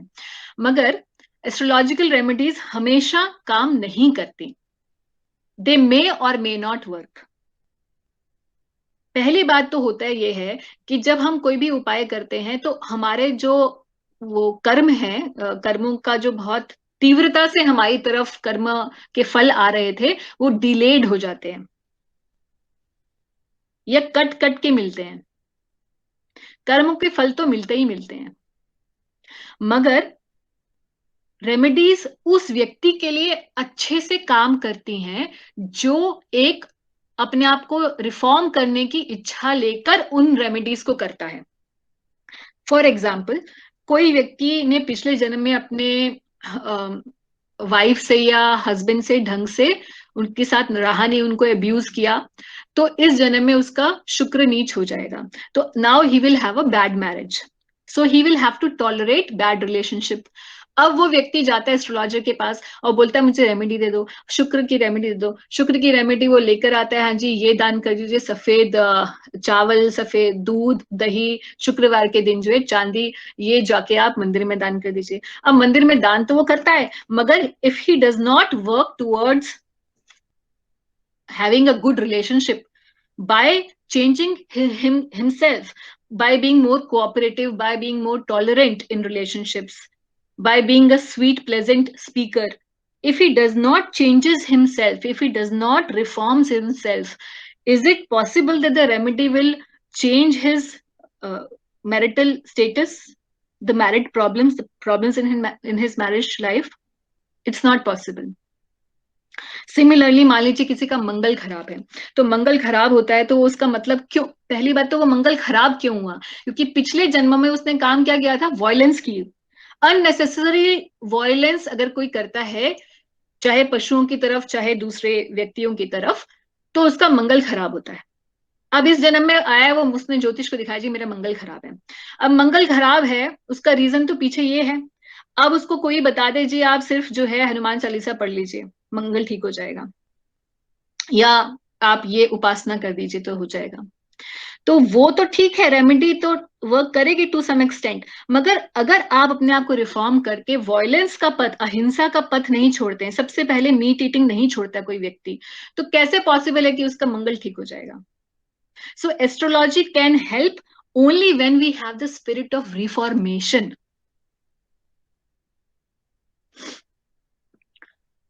Somebody also, some people ask this question, can prayers change my destiny? क्या भगवान हमारे कार्मिक रिएक्शंस को चेंज कर सकते हैं? तो हाँ ये पॉसिबल है, मगर ये जनरली पॉसिबल नहीं होता। This is not a general principle. भगवान जनरली हस्तक्षेप नहीं करते हैं, केवल अपने भक्तों के, और जो भी पूर्णता समर्पित भक्त है उसी के ही कर्मों के फल जो है उनको हटाते हैं भगवान। तो 18वें अध्याय में भगवत गीता के भगवान बोलते हैं कि सर्व धर्मान परित्यज्य मामेकम शरणम व्रज अहम त्वम सर्व पापेभ्यो मोक्षयिष्यामि मा शुचः, कि जो व्यक्ति सभी प्रकार के धर्मों का परित्याग करके केवल मामेकम शरणम व्रज, भगवान कृष्ण की शरण जो ग्रहण कर लेता है, अहम त्वम सर्व पापेभ्यो, तो भगवान बोलते हैं कि मैं तुम्हें सर्व पापेभ्यो, सारे पापों से मुक्त कर दूंगा, मोक्षयिष्यामि मा शुचः, इस बात में संशय मत करो और ना ही डरो कि ये बात जो बोल रहे हैं कर भी पाएंगे कि नहीं कर पाएंगे। तो यहाँ आश्वासन है ऐसे व्यक्ति के लिए जो केवल कृष्ण की शरण ग्रहण करता है। पद्म पुराण में भी इसी बात को कहा गया है कि अप्रारब्ध फलम पापम कूटम बीजम फलोन्मुखम, कि चाहे अप्रारब्ध हो, फलम हो या पाप हो या कूट हो, बीज हो, अब आप ये सब टर्म समझ चुके हैं, अभी हमने डिस्कस की थी, तो भी अगर कोई विष्णु भक्ति रतात्मना, जो विष्णु भक्ति को ग्रहण करता है, उसके ये सारे कर्मफल समाप्त हो जाते हैं शनै शनै, धीरे धीरे। तो यहाँ पर हमने जो है कर्मों के बारे में हमने थोड़ा सा चर्चा किया, इसके बारे में हम पहले भी एक सेशन कर चुके हैं, कंप्लीट सेशन था। पार्ट 4 में चलते हैं, अब हम वापस से अपने इसी चैप्टर 5 पर आ रहे हैं, चैप्टर 5 के पार्ट 4 पर, liberation through focusing one's consciousness on the supreme. तो 17 से 29 श्लोक में भगवान फिर बताते हैं कि मुक्ति क्या है और किस प्रकार से कोई कर्म फल को जब भोगने की इच्छा को त्याग देता है तो कर्म बंधन से मुक्त हो जाता है। कर्म बंधन से मुक्त होना एक चीज है, दूसरी बात जब वो अपनी चेतना को भगवान में लगा देता है, ऐसी चेतना से जब कोई व्यक्ति अपने जीवन को चलाता है तो वो मुक्ति को प्राप्त करता है। तो केवल कर्म बंधन से मुक्त हो जाना, ये तो ये है कि नेगेटिव से आप जीरो पर आ गए, अब जीरो से पॉजिटिव टुवर्ड्स जाना है। वो जीरो से पॉजिटिव जाने का मतलब है वास्तविक रूप में भक्ति के पथ का अनुसरण करना। तो मुक्ति होती क्या है, कॉन्सेप्ट मुक्ति का समझते हैं। श्रीमद् भागवतम में मुक्ति की डेफिनेशन है, मुक्ति हित्वा अन्यथा रूपम स्वरूपेण व्यवस्थिति। मुक्ति का अर्थ है अपने स्वरूप में व्यवस्थित हो जाना। व्यक्ति का स्वरूप है, जीवात्मा का स्वरूप है कि वो कृष्ण का नित्य दास है, हम भगवान के अंश हैं, भगवान के दास हैं, और हम we are the conscious cooperator to the enjoyer whose name is Krishna. तो Krishna is the actual enjoyer because he is the actual proprietor of everything what we can see, including our own self. And if we cooperate with God, we can also enjoy as subordinate enjoyers, not as the primary enjoyers. तो श्रीमद् भागवतम कह रही है मुक्ति वही है जब व्यक्ति अपने स्वरूप में व्यवस्थित हो जाता है, अपने आप को समझ जाता है कि मैं भगवान का अंश हूं, भगवान का दास हूं, और उस स्थिति पर वो काम भी करने लगता है, ना कि वो समझ जाता है, he also acts on the level of being a soul. That state is called मुक्ति। अब इससे पता चलता है कि कोई जीवन मुक्त भी हो सकता है और विदेह मुक्त भी हो सकता है। जीवन मुक्त का मतलब है कोई इस ही जन्म में भी जीते जी भी मुक्त हो सकता है अगर वो अपने आप को पूरी तरीके से भगवान को समर्पित हो जाए। कैसे? ये श्लोक जो है मैंने भगवत गीता के पेपर से ही उठाए हैं। इह यस्य हरे दास्य कर्मणा मनसा गिरा। तो जो व्यक्ति कर्मों से और मन से अपने हृदय से by his body, mind and intelligence and his words, that person is liberated, a person acting in Krishna consciousness, or in other words in the service of Krishna with his body, mind and intelligence and words, is a liberated person. जो व्यक्ति अपने कर्मों से, मन से हरि का अपने आप को दास समझ जाता है और उनकी दास्यता स्वीकार करता है, ऐसा व्यक्ति को जीवन मुक्त स उच्यते, ऐसे व्यक्ति को जीवन मुक्त कहा जाता है। So he is liberated even within the material world, although he may be engaged in many so-called material activities. विदेह मुक्त वो व्यक्ति होता है जो देह के खत्म होने के बाद मुक्ति को प्राप्त होता है, मगर जीते जी भी कोई मुक्त हो सकता है। तो मुक्ति एक कोई ऐसा समय नहीं होता है, मुक्ति is actually a consciousness, it is not a particular time और एन इवेंट। 5 प्रकार की मुक्ति बताई गई है शास्त्रों के अंदर। सायुज्य मुक्ति, सालोक्य, सारूप्य, सामीप्य और साष्ठी। सायुज्य मुक्ति जिसको लोग, इसको सबसे निकृष्ट रूप की मुक्ति कहा जाता है, सायुज्य मुक्ति को। ये क्या होता है? भगवान श्री कृष्ण की जो अंग कांति, ये ब्रह्म ज्योति है, इसमें कोई लोग इस ब्रह्म ज्योति तक पहुंचना चाहते हैं, बस जाके कुछ भगवान की सेवा नहीं करेंगे, यहाँ पे बहुत शांति होती है इसलिए जाना चाहते हैं। जो ब्रह्म के उपासक है और सोचते हैं कि परम सत्य केवल ब्रह्म, ये ज्योति है, वही है, भगवान भगवान से हमें कुछ नहीं लेना देना, इस ज्योति तक पहुंचना है हमको। ऐसे बहुत सारे हैं हिंदू समाज में भी, उन्हें ये सायुज्य मुक्ति मिलती है, वो यहाँ तक पहुंच जाते हैं, मगर उनका भगवान से कोई रिलेशनशिप नहीं होता, और क्योंकि कोई सेवा नहीं कर पाते इसलिए वापस से उन्हें इस भौतिक जगत में आना पड़ता है। ऐसी मुक्ति स्थायी नहीं होती है। दूसरी है सालोक्य मुक्ति, यानी कि भगवान के लोक पर, जिसे हम कहते हैं वैकुंठ प्राप्ति। सारूप्य मुक्ति देख रहे हैं आप यहाँ पे इस पिक्चर में, इस सारूप्य मतलब जैसे भगवान विष्णु का रूप है कमल, चक्र, पद्म, गदा, उसी तरीके से उनके सर्वेंट जो यहाँ खड़े हैं, जो उन्हें चामर सेवा कर रहे हैं, उनका भी ऐसे ही चतुर्भुज है और उनके पास भी शंख, चक्र, गदा है। तो सारूप्य ऐसा ही रूप मिल जाता है, सुंदर सलोना रूप जैसे भगवान विष्णु का है। सामीप्य मुक्ति भगवान के समीप रहने की, भगवान के लोक में रहना और उनके समीप भी रहना। और साष्ठी मुक्ति, इसका मतलब जैसे भगवान की ऑपुलेंसेस है वैसी ऑपुलेंसेस मिल जाना। तो ऐसी ये 5 प्रकार की मुक्ति बताई गई है।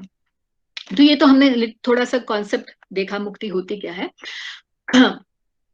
तो मुक्ति की तरफ कोई व्यक्ति अपनी जर्नी स्टार्ट कब करता है, तो भगवान अब ये 17वें श्लोक में बताएंगे।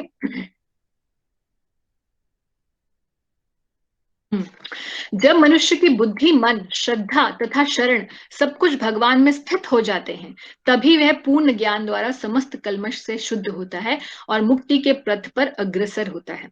कब होता है मुक्ति के पथ पर अग्रसर? जब उसकी बुद्धि, उसका मन, उसकी श्रद्धा और उसकी शरण सब कुछ भगवान श्री कृष्ण में स्थिर हो जाता है, तब। अच्छा, तो उसकी कैरेक्टरिस्टिक्स क्या होती हैं? क्या लक्षण होते हैं? लक्षण होता है कि विनम्र साधु पुरुष अपने वास्तविक ज्ञान के कारण एक विद्वान तथा विनीत ब्राह्मण, गाय, हाथी, कुत्ता और चंडाल सबको समान दृष्टि से देखता है। समान क्यों देखता है? क्योंकि ये समझता है कि ये सब तो आउटर कवरिंग्स है, अंदर तो बैठा हुआ जीवात्मा ही है, तो सब केवल बाहर से शरीर है। और क्या लक्षण है? उसके मन में एकत्व और समता आ जाती है। एकत्व और समता, ये हम पहले भी चर्चा कर चुके हैं कि जो एकत्व और समता को ग्रहण कर पाता है, वो तभी ग्रहण कर पाता है व्यक्ति एकत्व और समता को, जिसको इक्वानिमिटी कहते हैं। सुख दुख, लाभ हानि, जय पराजय एक जैसा दिखने लग जाता है। क्यों? क्योंकि इस भौतिक शरीर से ऊपर अपने आप को समझने लग जाता है व्यक्ति। जीवात्मा अपने इस ज्ञान में स्थित हो जाता है कि वो शरीर नहीं है। जिसने मन एकत्व जिसके मन एकत्व और समता में स्थित है, उन्होंने जन्म तथा मृत्यु के बंधनों को पहले ही जीत लिया है।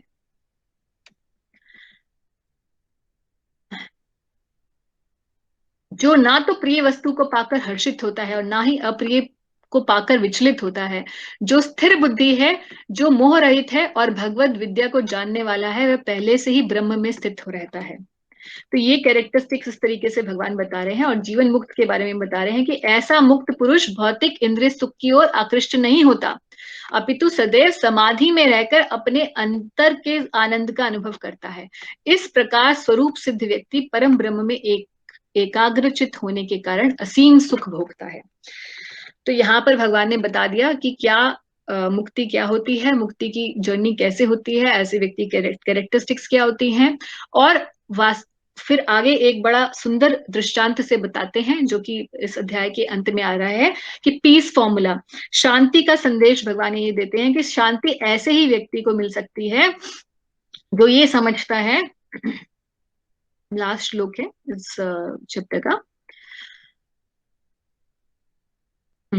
भोक्ताराम यज्ञ तपस, ये बहुत ही फेमस श्लोक है। भोक्ताराम यज्ञ तपसाम सर्वलोक महेश्वरम सुहृदम सर्वभूतानाम ज्ञात्वा माम शांतिम ऋच्छति।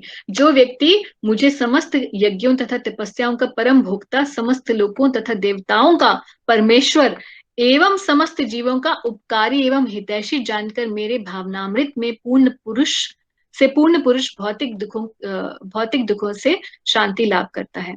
तो जो व्यक्ति भगवान को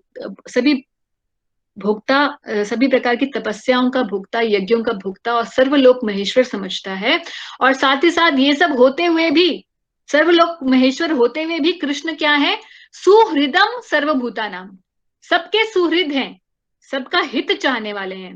भगवान ने जब बाली का वध किया तो उसके बाद अंगद को बिठाया, अपने आप नहीं राजा बन गए। रावण को मारा तो विभीषण को राजा बना दिया, और जब युद्ध हुआ महाभारत का तो उसके बाद युधिष्ठिर जी को राजा बना दिया, खुद नहीं बैठे। कंस को मारने के बाद भी खुद राजा नहीं बने। तो he is a lord who is very loving, who is very suhrid, and because he is our real well wisher, we should all surrender unto him. ऐसा व्यक्ति ही शांति को प्राप्त करता है। और भगवान बोलते हैं कि किस प्रकार, कोई बोले कि कैसे आप वहां बैठे हैं, आप तो हमसे बहुत दूर हैं, कैसे आप हमारा पालन करते हैं? तो एक बड़ा अच्छा ये उदाहरण जो है आता है शास्त्रों के अंदर कि मछली, कछुआ और पक्षी केवल दृष्टि, चिंतन और स्पर्श से अपनी संतानों को पालते हैं। तो कछुआ जो होता है वो अपना अंडे जो है वो बहुत देकर आ जाता है बाहर बीच के ऊपर, और खुद स्वयं जो जल में रहता है और केवल वहां रहकर क्या करता है? उनका निरंतर चिंतन करता है। तो भगवान कहते हैं कि इसी प्रकार भगवत भक्त भगवत धाम से दूर स्थित रहकर भी भगवान का चिंतन करके कृष्ण भावनामृत द्वारा उनके धाम को पहुंच सकता है, तो मुक्ति प्राप्त कर सकता है। हम यहाँ बैठे बैठे भी मुक्ति प्राप्त कर सकते हैं, केवल भगवान का चिंतन मनन करके, भगवान के नामों का जप करके। और चिंतन मनन हम तभी करेंगे, सोचेंगे भगवान के बारे में, तभी स्मृति तभी आएगी जब हम श्रवण और कीर्तन करेंगे। तो दो विधियां भक्ति की बहुत इंपॉर्टेंट है, श्रवण और कीर्तन। श्रवण का मतलब भगवान के बारे में सुनना, भगवान के नाम को सुनना, और कीर्तन का मतलब है उनके बारे में बोलना। जैसे आप अभी श्रवण कर रहे हैं और मैं कीर्तन कर रही हूँ। तो श्रवण कीर्तन का सबसे उत्तम जो तरीका है वो है भगवान के नामों का जप करना। तो हम पहले भी चर्चा कर चुके हैं कि किस प्रकार से हमें हरे कृष्ण महामंत्र जप करना चाहिए और कैसे ये इस कलयुग के अंदर सर्वोत्तम विधि है। भगवान के नाम को जप करना जो है वो सर्वोत्तम विधि है भगवान की प्राप्ति की, मुक्ति की। इसके ऊपर हम और एलैबोरेट करेंगे नेक्स्ट क्लास में। और अभी मैं यहीं पर समाप्त करती हूँ। अगर आपके कोई प्रश्न है तो अभी आप पूछ सकते हैं। Thank you.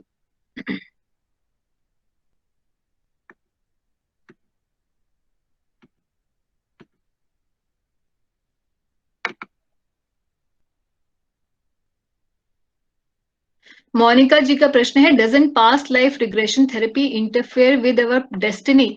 नहीं नहीं, पास्ट लाइफ रिग्रेशन थेरेपी तो सिर्फ हमें बताती है कि हमने पिछले जन्मों में किया और उसके प्रति हमें सचेत करती है, हमारे सबकॉन्शियस माइंड को थोड़ा सा अलर्ट कर देती है, हमारी मेमोरीज को रिवाइव करती है, मगर हमारे प्रारब्ध नहीं चेंज कर सकती। Is chanting a karma, Kaushik ji पूछ रहे हैं, is chanting a karma, if yes then how to offer this result to Krishna? तो चैंटिंग एक कर्म नहीं है। कर्म जो है, एक होता है कर्म, एक विकर्म और एक अकर्म। कर्म का मतलब अच्छे काम, विकर्म का मतलब बुरे काम। अच्छे कर्मों का, कर्म का अच्छा फल मिलता है और विकर्म का बुरा फल मिलता है। और तीसरी कैटेगरी है अकर्म। अकर्म का मतलब जो काम तो है मगर वो भौतिक काम नहीं है, जिसका कोई भी रिजल्ट नहीं मिलता, सिर्फ स्पिरिचुअल रिजल्ट मिलता है। तो जितने भी आध्यात्मिक काम है, भगवान का मनन चिंतन, जप, ध्यान इत्यादि जितना भी है, पूजा, ये सभी अकर्म होते हैं। इसका मतलब इनका कोई भौतिक फल नहीं मिलता, इनका केवल आध्यात्मिक फल मिलता है। और इसे कैसे, अगर हम भगवान के नाम जप करते हैं तो हम कैसे ही भगवान को इसका रिजल्ट ऑफर कर सकते हैं? सिंपली बाय सेइंग कि हे प्रभु, मैं आपका नाम जप कर रहा हूं, कृपया आप इस मेरी छोटी सी जो ये सेवा है उससे प्रसन्न हो। It's very simple. और किसी का कोई प्रश्न?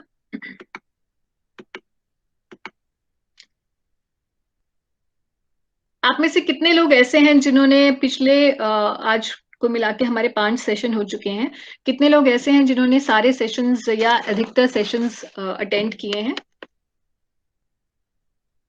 आप थोड़ा अनम्यूट करके बता सकते हैं। I just want to have a little interaction today because it's been 5 sessions and we need to know each other.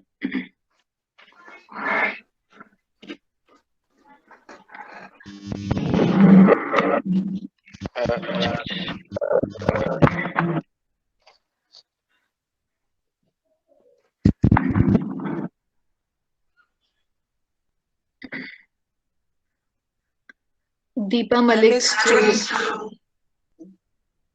हाँ जी, आवाज क्लियर नहीं आ रही है मुझे। I was the first one and the fourth one. अच्छा, ये कौन बोल रहे हैं? सॉरी, मैं, आप अपना नाम बताएंगे प्लीज? Monica.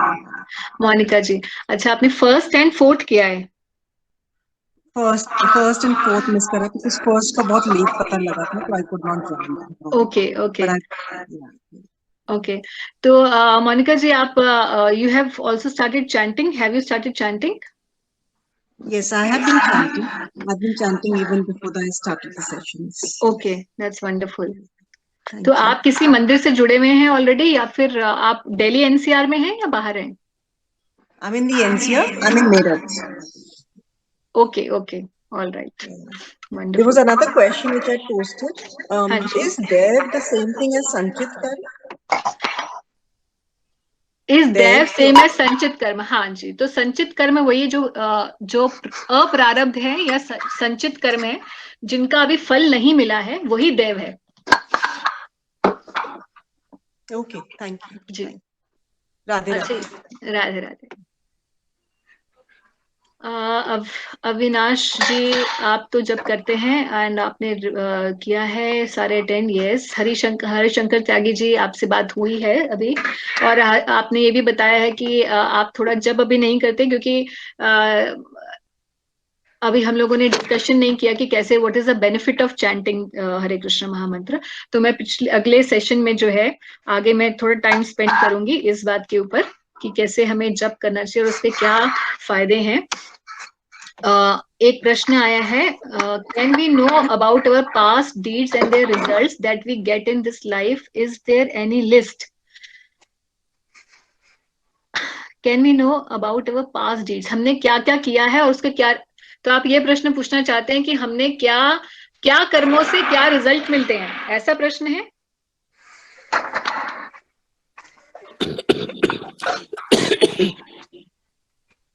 मुझे ऐसा लग रहा है कि प्रश्न यही है कि हम क्या कर्मों से, क्या कर्म जो है किस रिजल्ट में परिवर्तित होते हैं। अगर ये क्वेश्चन है तो ओके, यस, तो यही प्रश्न है। तो इसके ऊपर आप श्रीमद् भागवतम के 5th कैंटो में पढ़ सकते हैं। 28 प्रकार के नरकों की वहां पे वर्णन है कि कौन सा कर्म किस रिजल्ट को लेकर आता है। उसके अलावा गरुड़ पुराण में पढ़ सकते हैं, जहाँ प्रेत खंड है उसमें भी पढ़ सकते हैं आप कि कौन कौन से कर्मों से कौन से पाप कर्म रिजल्ट करते हैं, कौन से रिजल्ट्स, मतलब उनका क्या रिजल्ट मिलता है, what is the deed and what is the result. So ऐसा एक है, मगर एक बात है, ये लिस्ट कोई कंक्लूसिव मतलब it's not a complete list, indicative list होती है स्क्रिप्चर्स के अंदर, क्योंकि अनंत कोटि जीवात्माएं हैं और वो रोज रोज नित्य अलग अलग काम किए चले जा रहे हैं, तो इसलिए कोई ऐसी लिस्ट नहीं हो सकती कि ये करोगे तो ये मिलेगा। A combination of karmas also give results, जरूरी नहीं है कि एक का एक रिजल्ट होता है, किसी अच्छे और बुरे का मिलकर भी कुछ रिजल्ट आ सकता है। सो अब ये कोई लिस्ट हम ऐसी तैयार इसलिए नहीं हो सकती शास्त्रों के अंदर भी, क्योंकि जैसे मैंने आप बताया कि there is not just one type of work that people are doing. There are millions and trillions and unginat, uncountable living entities are there. They are doing unlimited deeds at every moment. और चिरकाल से ऐसा होता चला जा रहा है। तो ऐसे रिजल्ट इसीलिए हम लोग जब ये लोग ये क्वेश्चन करते हैं कि भगवत गीता में ऐसे क्यों बताया कि हमारा कर्म पे तो अधिकार है मगर फल पे अधिकार नहीं है, क्योंकि अब किस अच्छे और किस बुरे का मिलके क्या रिजल्ट मिलेगा ये भगवान ही डिसाइड कर सकते हैं। ये इतना कॉम्प्लिकेटेड है, हम लोग समझ नहीं सकते। सुभाष गोयल जी बता रहे हैं, I have not attended but I have seen them all. Okay, that's very wonderful कि आप सारे सुन चुके हैं और हमने पोस्ट भी किए थे, और इसीलिए किए थे कि जो लोग बाद में ज्वाइन करें, if they are interested they can see. Why we can not question the shastras? Okay, बहुत अच्छा क्वेश्चन है।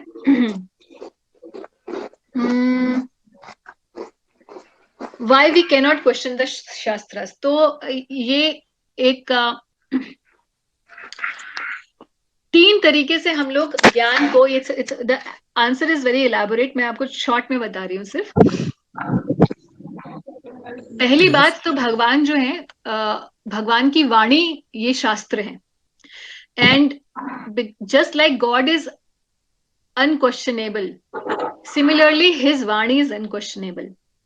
जैसे भगवान सत्य सनातन है और हर भौतिक कल्मश से परे हैं, उसी तरीके से भगवान की वाणी जो शास्त्र है वो भी हर भौतिक कल्मश से परे हैं। इट इज टाइमलेस, ये नॉलेज हमेशा से रहती है और हमेशा कल्याणकारी ही होती है, इसीलिए इनको गलत तरीके से क्वेश्चन नहीं कर सकते। मगर ऐसा नहीं है कि हम क्वेश्चन नहीं कर सकते स्क्रिप्चर्स पे, अगर ऐसा होता तो भगवत गीता बोली ही नहीं जाती। अर्जुन तो मतलब अर्जुन कोई भगवत गीता थोड़ा ना पढ़ रहे हैं और क्वेश्चन कर रहे हैं, भगवान से साक्षात ही क्वेश्चन करते जा रहे हैं। जो तुम बोल रहे थे भाई, तीसरे में तुमने ये बताया कर्म योग बहुत अच्छा है, फिर तुमने ज्ञान योग बहुत अच्छा बता दिया, अब बताओगे कि कौन सा ज्यादा अच्छा है? तो ये तो प्रश्न है ही, और डायरेक्ट भगवान से ही है, और उसी से ही तो, उस प्रश्न उत्तर से ही तो शास्त्र आए हैं।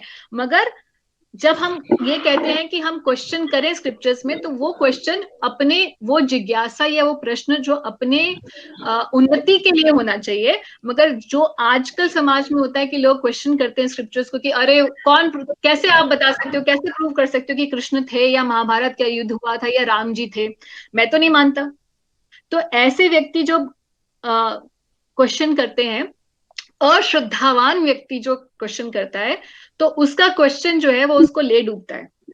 और श्रद्धावान व्यक्ति जब वही शास्त्र पढ़ता है और क्वेश्चन करता है तो उसकी वही जिज्ञासा, वही क्वेश्चन उसको उन्नति का कारण बनती है।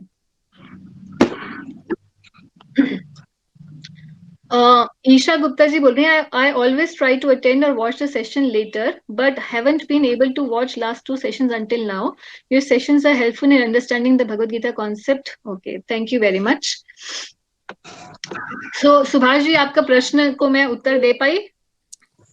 Yeah, in a way you have been able to, but I have complete faith in the Bhagavad Gita.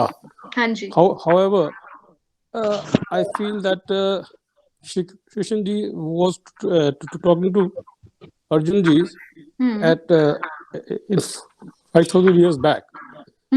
So he took that into account that people will not understand what I'm trying to say. So I feel that there needs to be a continuous commentary on the Gita to be changed every now and then. So as to suit the present day circumstances and situations? Not suit the circumstances. No. I didn't mean that. Comprehend it, because people have not comprehended it. So that is why the Lord Krishna actually came as Sri Chaitanya Mahaprabhu 500 years back. तो 500 साल पहले महाप्रभु, जो कि श्री कृष्ण और राधा रानी के अवतार हैं, तो भक्त रूप में आए भगवान यही दिखाने के लिए कि how to comprehend it and how to live Bhagavad Gita. So if you want to read more on that, you can read Chaitanya Charitamrita about Sri Chaitanya Mahaprabhu. Yes. So we are up the time, quite much up the time, and we have another class after this. So I will take your leave and thank you very much for joining. और अगले session में मिलते हैं, और अगले session में we will discuss a little bit about chanting either in the beginning or at the end. Thank you very much. Hare Krishna. Thank you. Hare Krishna.